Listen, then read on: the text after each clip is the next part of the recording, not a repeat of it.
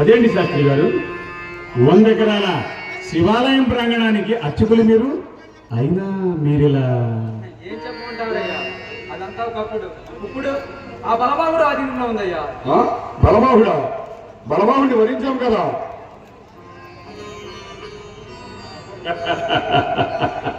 వధించాం. ఆ బలబాహుడిని వధించారా? అవగ్రసేనుడు ఒక రూపానికి ప్రజలే కాదయ్యా, ప్రభుత్వాలు సైతమే దహించి వేస్తున్నాడయ్యా అగ్నిలో. అంటే బొందులో బొస్సు ఉన్నదన్నమాట. శాస్త్రి గారు, దైవం కళ్ళు, అర్చన కాంతి, ఆరాధన భయం, గంటలు శుభమని వేద మంత్రాలతో ఎదుటి వాడిని గుండెను తరింపజేసి ఆ గర్భగుడి లాంటి గుడిలోకి గోండాలు రావటం ఏంటి శాస్త్రి గారు? పూలమాలతో పూజకి రావాల్సిన వారు గర్భగుడిలోకి వచ్చి కత్తులు చూపించి మరి ఎదిరిస్తున్నారయ్యా. అక్కడ కులస్తుడైనా కోటేశ్వరుడైనా పోతే ఆ కాటికి పోవాల్సిన వాళ్ళే. పోటీ ఇక్కడే, అక్కడ కాదని తెలిసే రోజు తొందరలోనే వస్తుంది శాస్త్రి గారు. రోజులు కాదయ్యా, సంవత్సరాల తరబడిన వారికి మారాలయ్యా. రోజులు మారాయి, యుగాలు మారాయి, తరాలు మారాయి, కానీ జననం మరణం మారిందా? సూర్యచంద్రులు మారాయా? మారవు. శాస్త్రి గారు, కంఠాన్ని అవకోసన పట్టిన వారు, వేదాల్ని కంఠంలో దాచుకున్నవారు, మీకు తెలియనిదా? మారితే మహర్షి, లేకుంటే మారి చూడే. ధూపంలో నెయ్యి లేకపోతే దీపాలు ఏమి వెలుగుతాయ్యా? పసుపు కుంకుమ లేకుండా పూజ ఎలా చేయగలమయ్యా? చెగులువే కదా ఆ దూపదీప నైవేద్యాలు, గుడి గుండెలవే కదా. అదంతా ఒకప్పుడు. ఇప్పుడు హుండీలను దొంగిలించి వేస్తున్నాడయ్యా అవగ్రసేనుడు. శాస్త్రి గారు, రామరాజ్యంలో రావణ రాజ్యం ఏమైనదో మీకు తెలియనిదా? 10 తలల రావణుడు పవర్ తగ్గి పతనం అవలా? ఆఫ్టర్ ఆల్ ఒక తల కలిగినోడు ఒక జిల్లాని శాసించేటోడికి అంత పొగరా?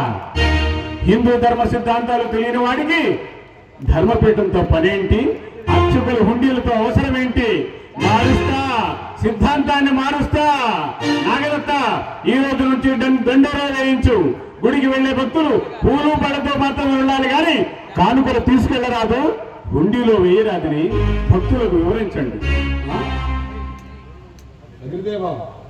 భక్తుడికి భగవంతుడికి దాపరికం ఆ గుడి హుండీలు.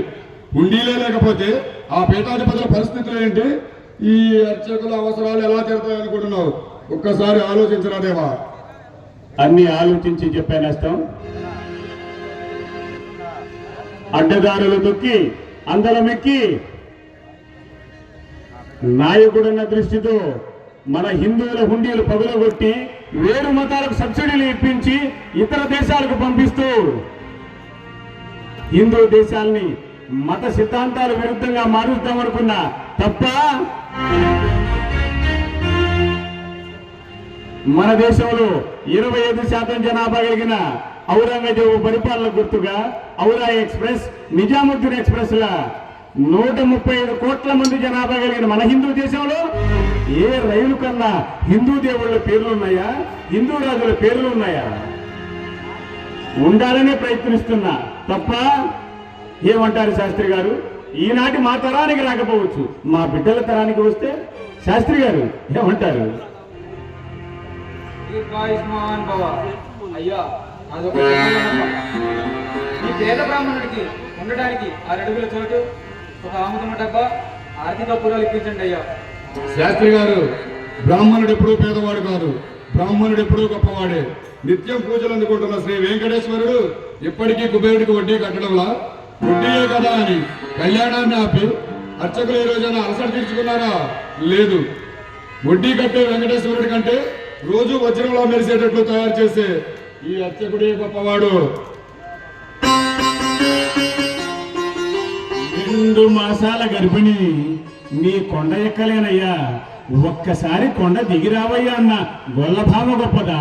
కోటి ప్రభలు కడితే గాని దిగి వస్తానన్న త్రికోటేశ్వరుడు గొప్పవాడా అంటే ఆ ప్రశ్నకు ఆ చిక్కుముడిని విప్పినటువంటి అర్చకుడే గొప్పవాడు.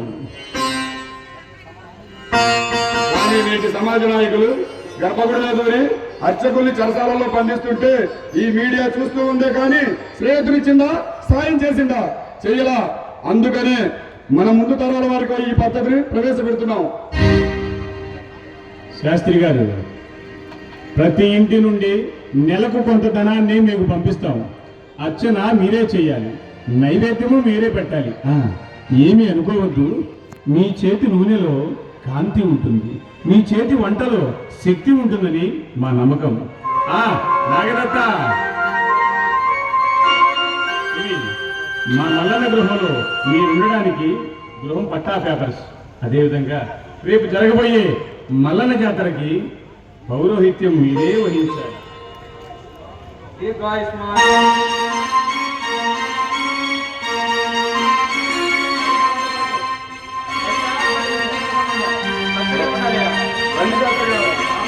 విడిచిపెడతాను.